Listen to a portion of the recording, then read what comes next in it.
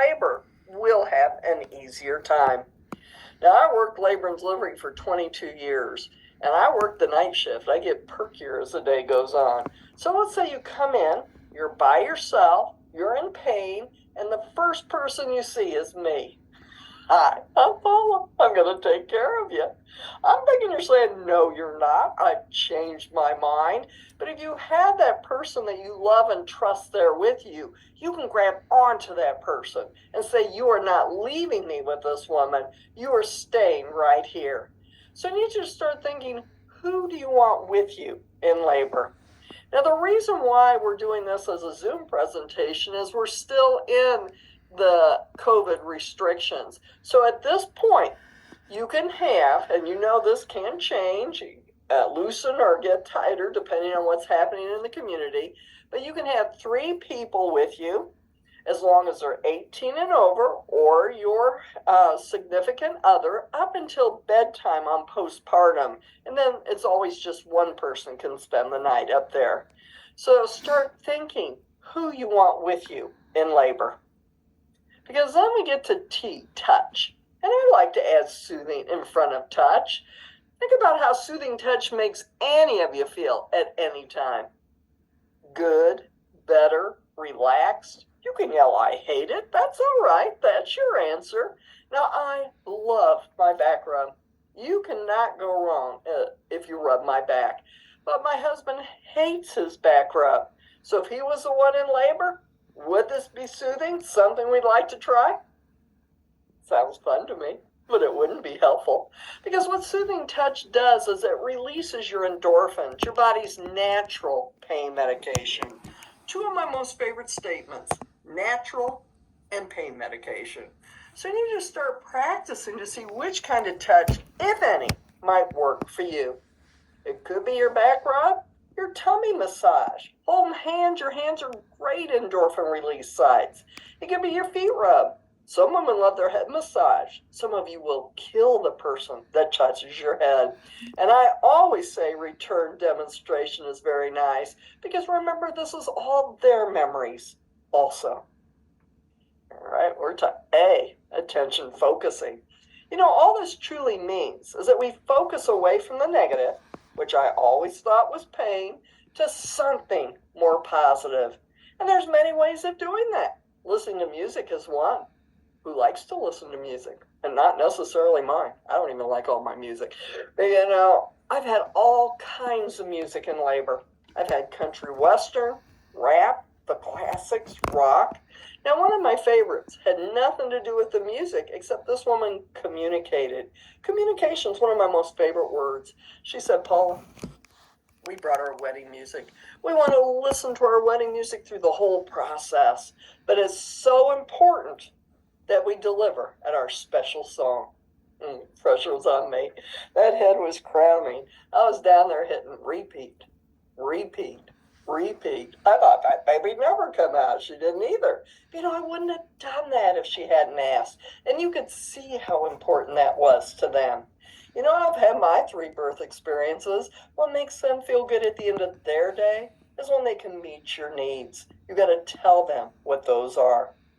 Now, the breathing techniques are attention focusing. I've had people come in here and say, it's all about the breathing techniques. If I just learn those breathing techniques, my labor's going to be a cinch. What do you think? Probably not. But it is one way of focusing, and we don't know which breathing technique's going to work the best for us. So I'm going to teach you 3 different breathing techniques. 1 each week for the first 3 weeks of class. The 4th week, we stop talking about breathing and we start talking about pushing. But how else can we breathe besides breathing techniques? I've had people talk about their dreams and their expectations through the whole process. I had one woman that actually sang Twinkle, Twinkle, Little Star with every contraction. And as long as you don't ask me to sing with you, because I can't carry a tune, your baby suck right back up there. She was breathing. You can chant. Now, this is my favorite chant because it makes me nervous. The baby is coming. The baby is coming. The baby is coming. I'm thinking, how will I know the baby's coming? But she's breathing. And then you can moan. Moaning is from your chest and your mouth. Screaming taking your breath. You're not breathing any longer. So as long as you're breathing and you're not hyperventilating, there's just absolutely no wrong way of doing this. It's a way of focusing. So where does your mind go when I've been talking too long? And it might have already happened. Is it here with me? No, you know it goes someplace better.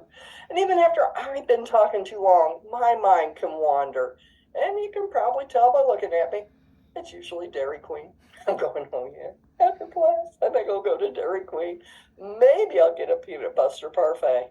Before I know it, you're not even out there any longer, and I'm driving up ordering my peanut butter parfait. Imagery is a way of focusing, whether an external focal point like a picture or internal imagery, going to that better place. Now the third week, we're going to go to that better place. We're going to do a whole labor scenario the third week of class. Now why this works is our nerve endings can only take so many sensations to the brain. By flooding our nerve endings with as many positive sensations, we're going to block some of that negative, some of that pain from getting up there. All right, we're to R, relaxation. Now communication is one of my most favorite words. Relaxation equals that. Who thinks they're going to be relaxed like a little wet noodle in labor? Oh yeah, I'm relaxed. You think it's going to happen? It's probably not happening today. It's definitely not going to happen in labor. I've had people come in that look really tense. They look like this. Oof. And when we check your cervix, and you do know that makes you feel better, right? That cervix is hard and firm. A person is most relaxed as they possibly can be when we check your cervix. It's soft and stretchy. So which one of these cervixes do you think dilates faster? The firm one or the soft, stretchy one? I'm thinking soft, stretchy.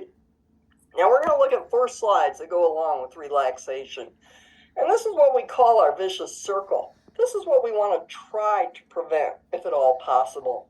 I think we all know we're going to be a little nervous about labor. It is the unknown. What we don't want is all-out fear. So picture me up in the middle of the night watching a scary show by myself. How am I going to start breathing when I get really scared and tense? Before you know it, I'm screaming, running to the bedroom. My husband has forbidden me to watch scary shows in the middle of the night by myself. You know, the man goes to bed at 9:30. How can he prevent that? But when we take that risk of hyperventilating, we're starving our muscles of its fuel, oxygen. Our uterus is a muscle, so we can make our labor longer and harder. Now, another thing that happens when we get really scared and tense is we have adrenaline released into our system. This is our catecholamines, or the way I understand it best is that fight or flight principle. Yes, I've had a few women try to flee labor. I've changed my mind, and they run towards the elevator, thinking that contraction is going to stay here with me. It doesn't. It flings right back at you. So when you have an excessive amount of this hormone in your system, it's going to start fighting with the labor hormone, oxytocin. These 2 hormones are duking it out in there together. It's going to be the labor hormone that suffers again, making your labor longer and harder.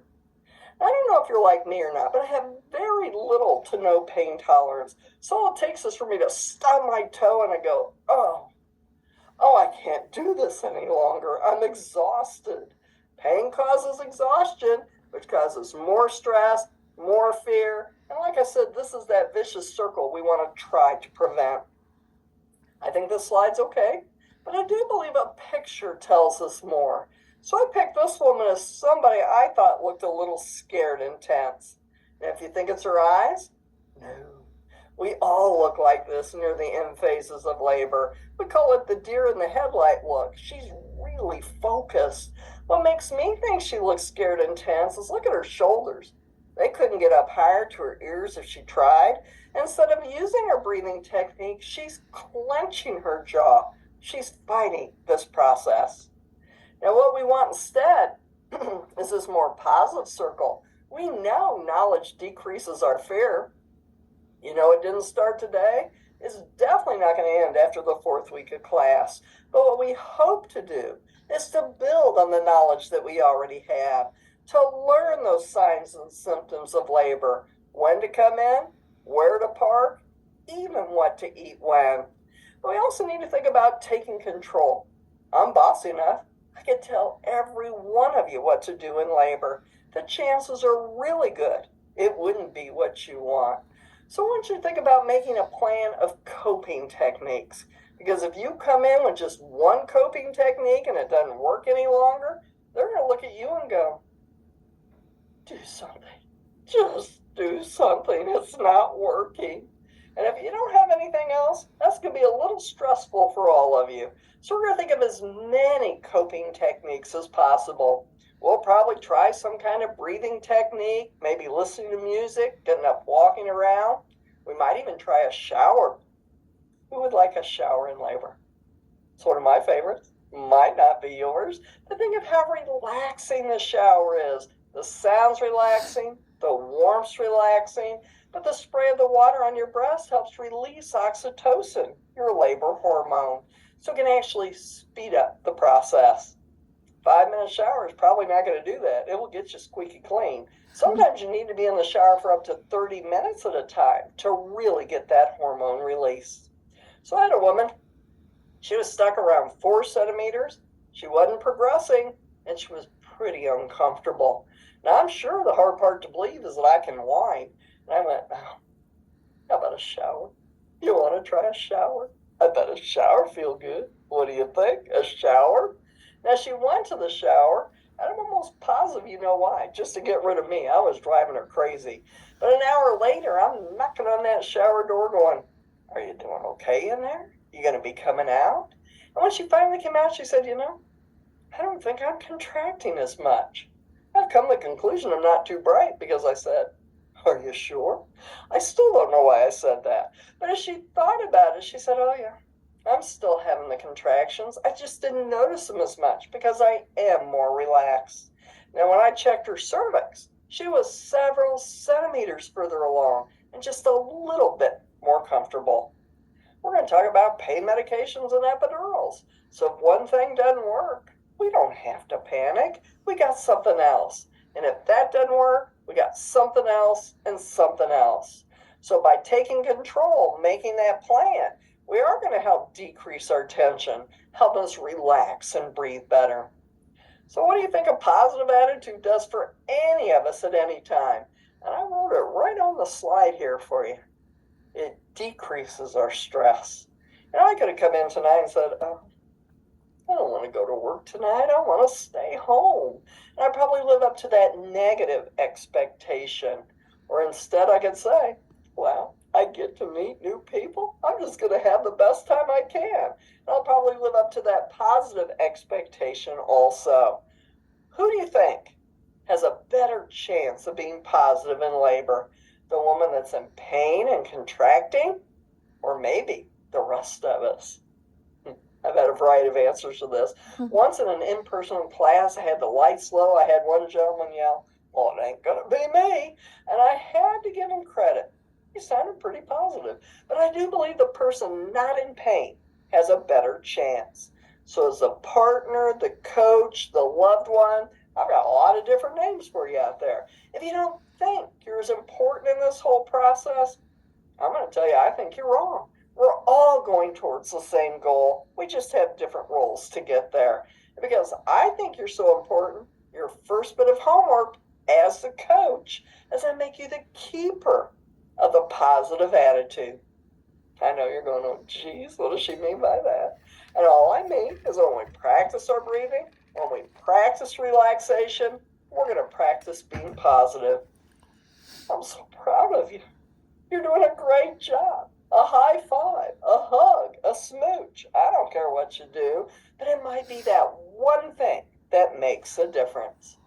So after class one evening, after I signed out, I went up and worked with one of my graduates until she delivered. And I have to tell you, her partner was being pretty positive, except he kept saying the same thing over and over again. Kept going, you're doing good. You're doing good. You're doing good. That's all the man said. And afterwards, he looked at her and said, I felt so stupid. I couldn't think of anything to say. I just kept saying, you're doing good. But you know what she said to him? That is the only thing that I was listening to. That's the only thing that got me through. So you don't have to be real creative, but by being positive, we are going to help decrease our stress, conserving our energy so we're less exhausted. And this is the positive circle we want to try to strive for. Now, the picture I'm going to show you is not somebody I think has ever had a contraction in her whole life, but I want you to compare her to the stress picture. I call her Serenity. She is so relaxed. She's working with her body instead of fighting against it. Now, if we look really closely, which I don't think we should because that's sort of rude, we can almost see her cervix dilating.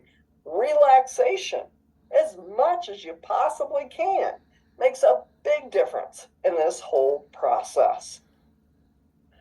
All right, we're to the last S, self-confidence. In the 22 years that I worked labor and delivery, everybody I took care of, I think, did a fantastic job. And I know you will also.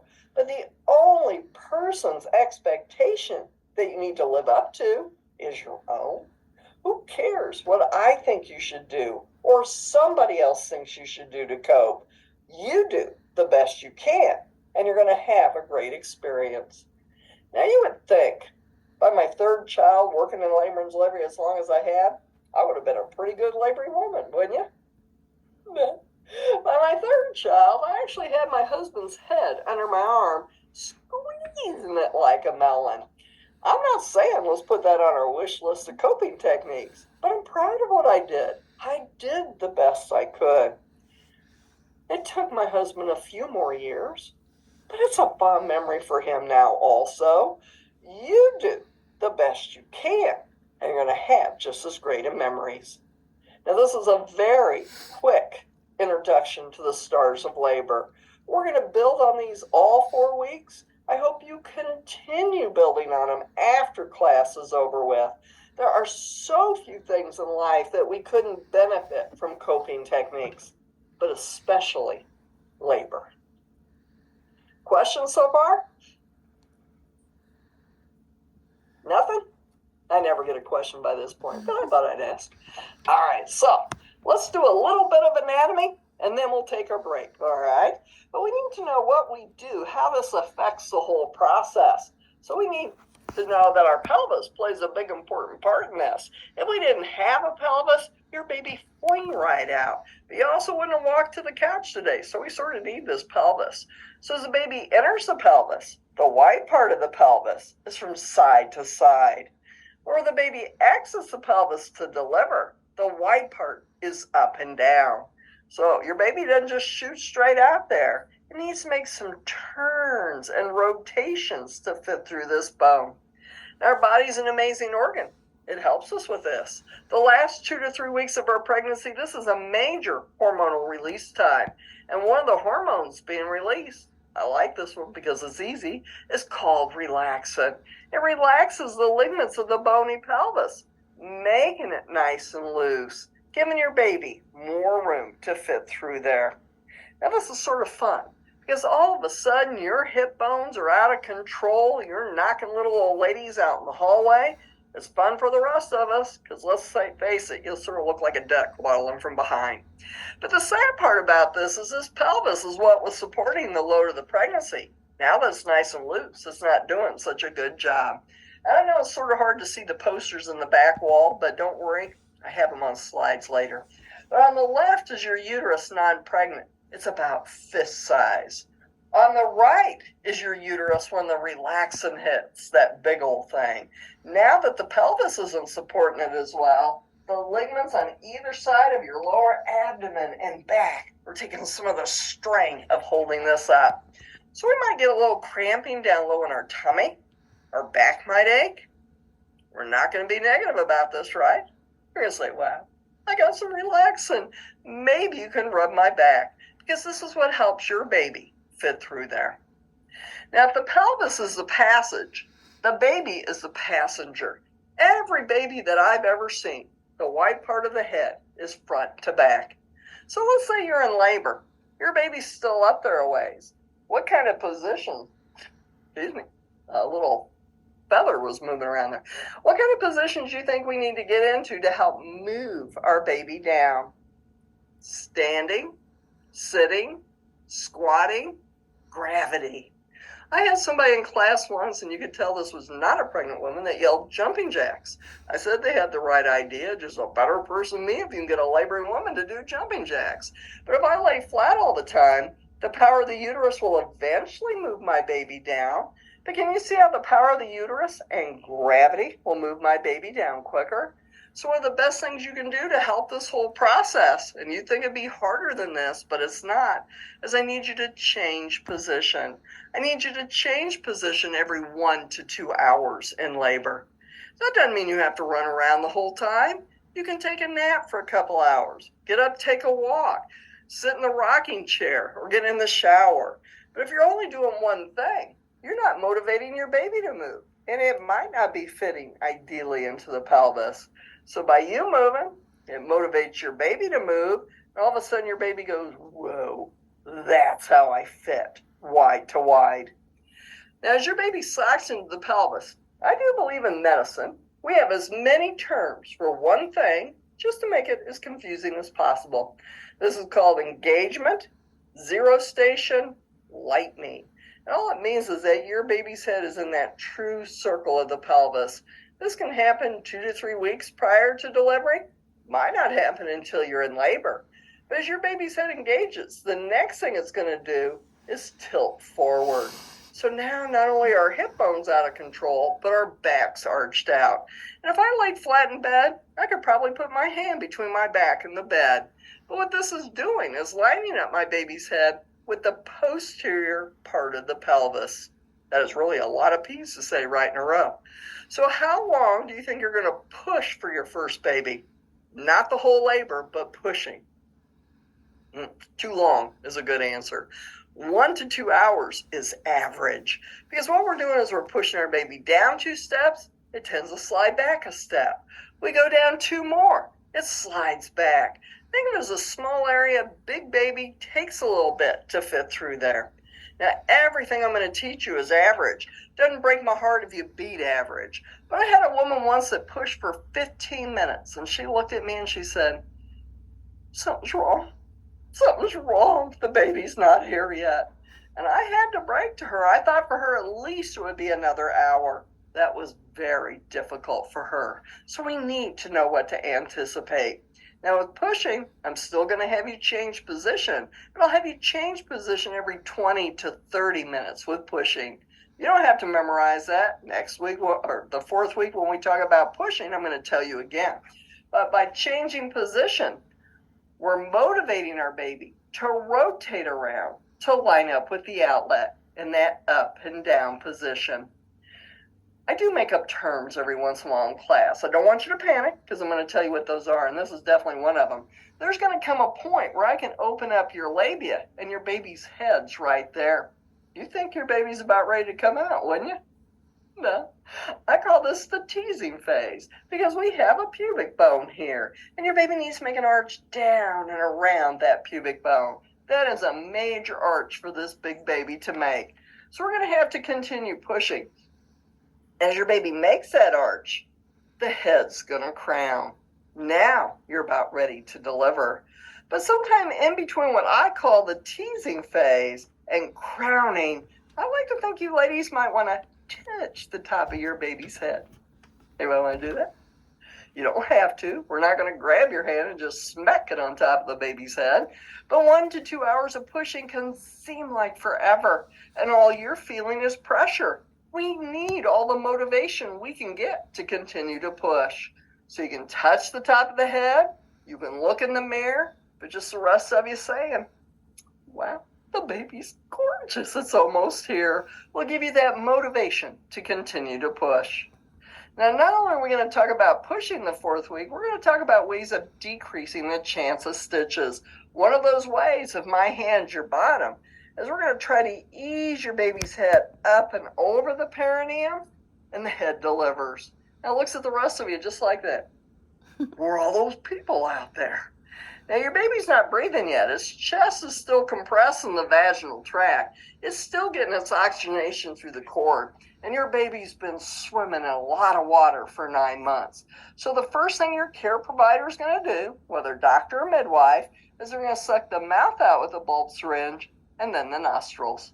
So why wouldn't I want to put a bulb syringe in the very back of your throat? What would you do? Choke? Gag? To me, that's sort of rude. The baby looks at us and we choke it. So I like to think of these cheeks as sort of like chipmunk cheeks, little reservoirs. Most of the fluid pools in the back of the cheeks. So we're going to suck out the back on one side, then the other, and then just to the entrance of the nostrils. This nose isn't very big. We don't need to go way up in there. But what they're doing is clearing the airway. So when your baby takes his first deep breath, it doesn't choke on all that fluid. Now the next thing they're going to do is check to see if the cord's wrapped around the baby's neck. Now that has been known to freak out a few parents. Oh my gosh, it's around my baby's neck. But it is the compression of the cord that's the problem. Right now, this cord is just in the way of getting the rest of the body out. So if it's there, they're going to try to pull it up over the head. If it's back by the shoulders, they'll push it back further this way. And on the rare chance that it's too tight to do either, they'll clamp it, cut it, and unravel it. Because your baby tends to come out in the next minute or two at the most. So we've taken care of that problem. But remember that outlet's wide up and down. Look at those shoulders. They're wide side to side. Somehow your baby knows this. And with a little assistance, sometimes on its own, they're going to help rotate your baby around to line up with the outlet in that up and down position.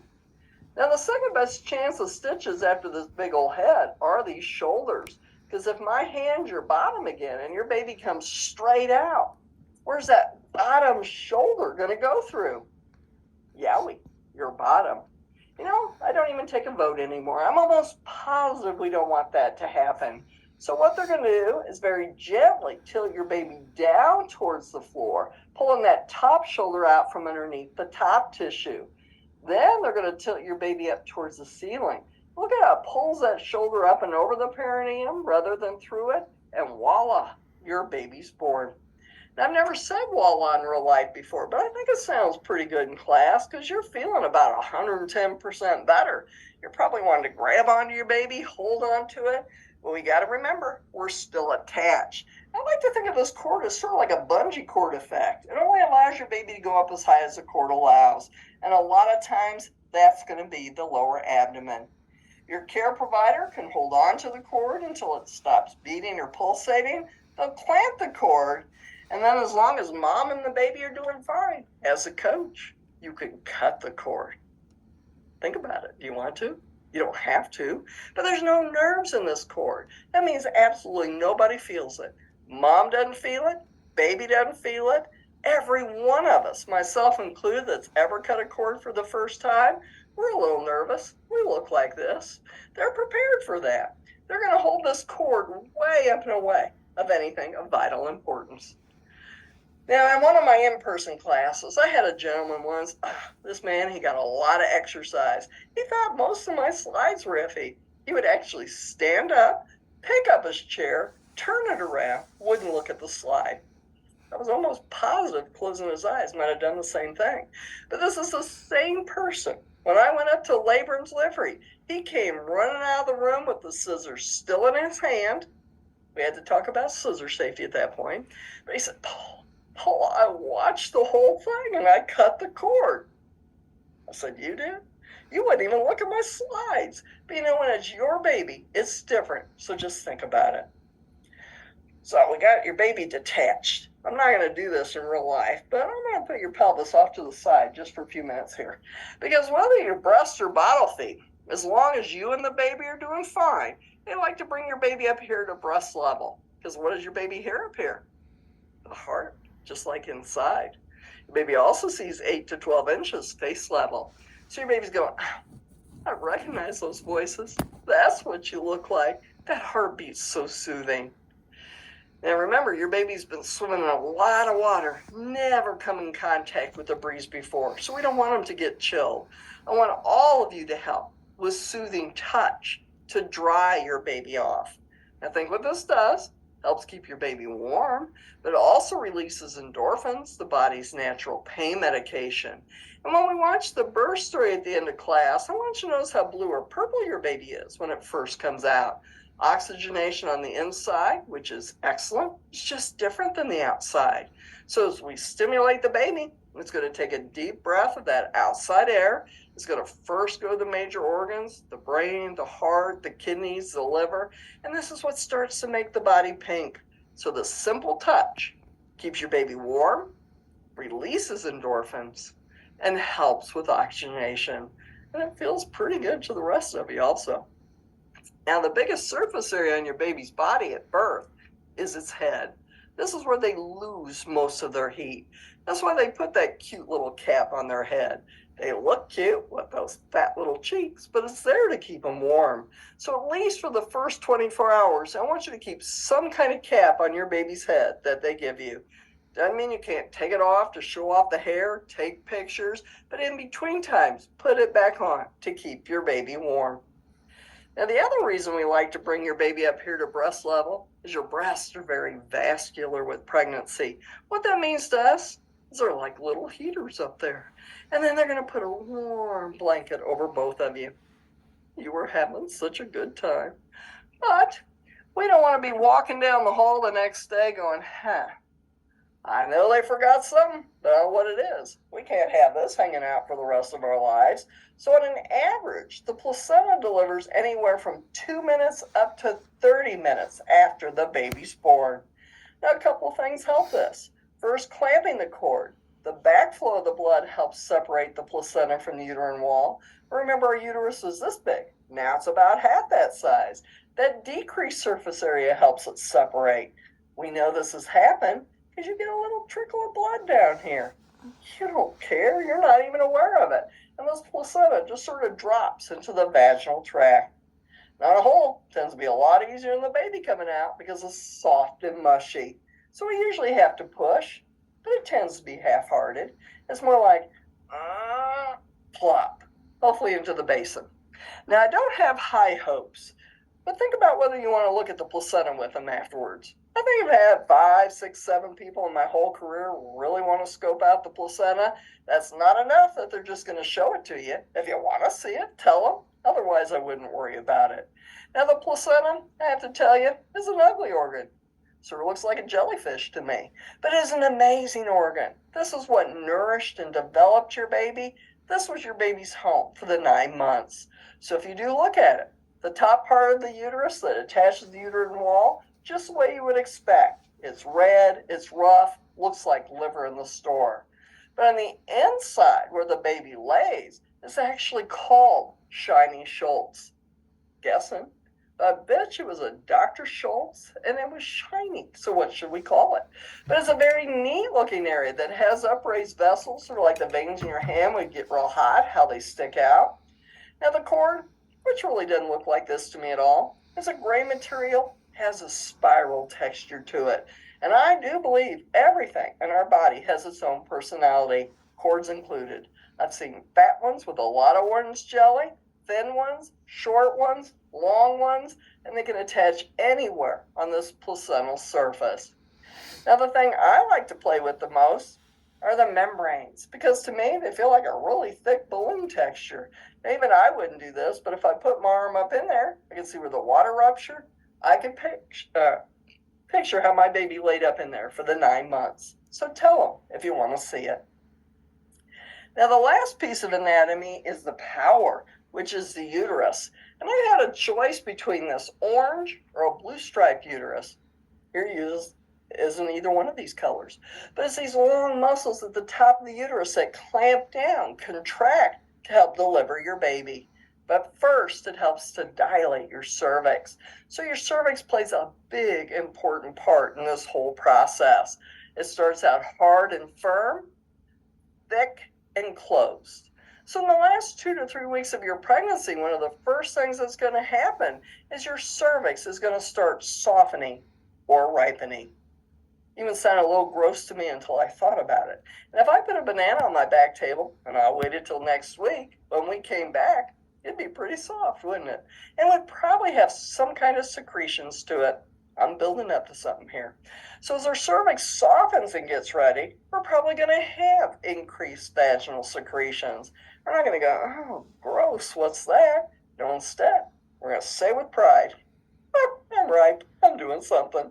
Because our cervix needs to soften before it does anything else. Now, after it softens, it's going to start effacing. Effacement is the thinning of the cervix.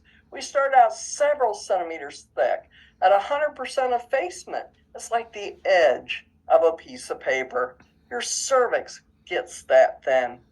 But before it gets that thin, we're probably going to start to dilate. Dilatation is the opening of the cervix. We start out closed, and all that truly means is when I check your cervix, I can find the opening. I just can't get my fingers in there. You go to 10 centimeters dilated, completely dilated, I can't find your cervix any longer. This is 1 centimeter. This is 10 centimeters. This is how far dilated you get before you start to push. Now, when I say I can't find your cervix any longer, all that truly means is at 10 centimeters, your cervix pushes against the vaginal wall. So I can't feel it, giving your baby a clear shot to move down the vaginal tract. So I got twin heads in here. As my cervix softens, it's starting to thin. As it's starting to thin, we're starting to dilate. Now, there will come a point in labor where your baby's head will equal the cervical edge. As you get to 10 centimeters, your baby's going to push past the cervix to deliver. This is all I have as a head. Looks really bad when I fling it on the floor. So we need to soften, thin, dilate to deliver vaginally. These are all of equal importance. Questions on any of this? Nope. All right. I'm still so happy because cameras are on. So it's 7:10. Let's just take a 10-minute break and come back at 7:20. All right.